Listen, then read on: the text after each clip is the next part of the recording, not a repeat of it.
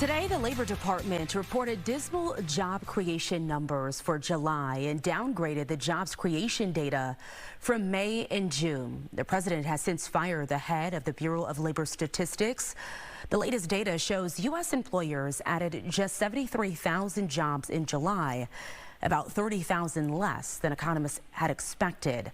The unemployment rate also ticked up from 4.1% to 4.2%. Previously, the Bureau of Labor Statistics reported 144,000 jobs gained in May. Well, that number is now 19,000. In June, 147,000 was originally reported, and that number is now 14,000. So that's a combined 258,000 fewer jobs. Now, the president believes the figures were manipulated, saying, quote, "In my opinion, today's jobs numbers were rigged in order to make the Republicans and me look bad."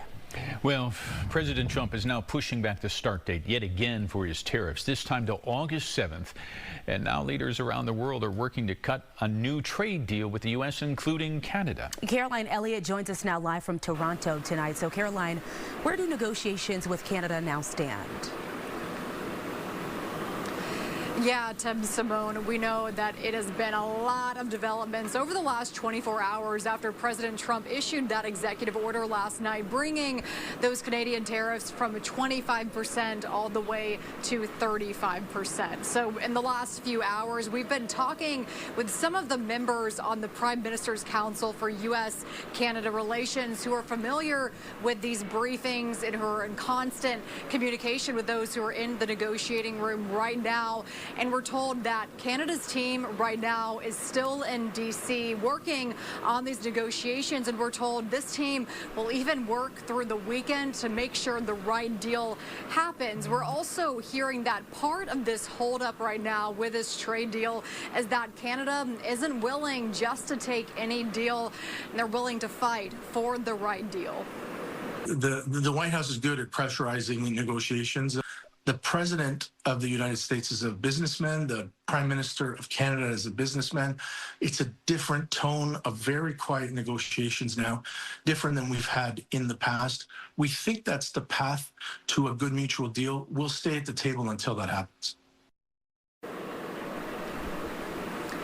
So, of course, we'll have to see exactly how the next couple days play out. It's unclear exactly when a trade deal could happen, but sources close to the Prime Minister tell us that a trade deal could still happen in the next few days. And Caroline, we have been speaking with you over the air, the last couple of days or so.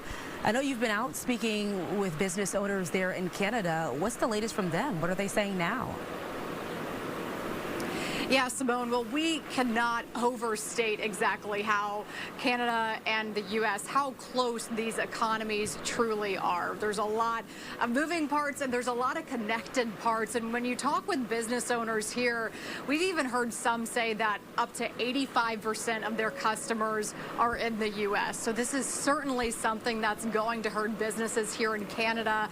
But I know that talking with business leaders since that executive order was issued late last night, bringing those tariffs to 35%. This is something that they're really, really concerned about, and it's something that they're hoping Canada's leaders can help with them at the negotiating table. Yeah, Simone. We're watching it closely here too, Caroline, because Canada is our #1 trading partner here in Minnesota as well. Caroline Elliott coming to us from Toronto tonight. And for those of you who are just getting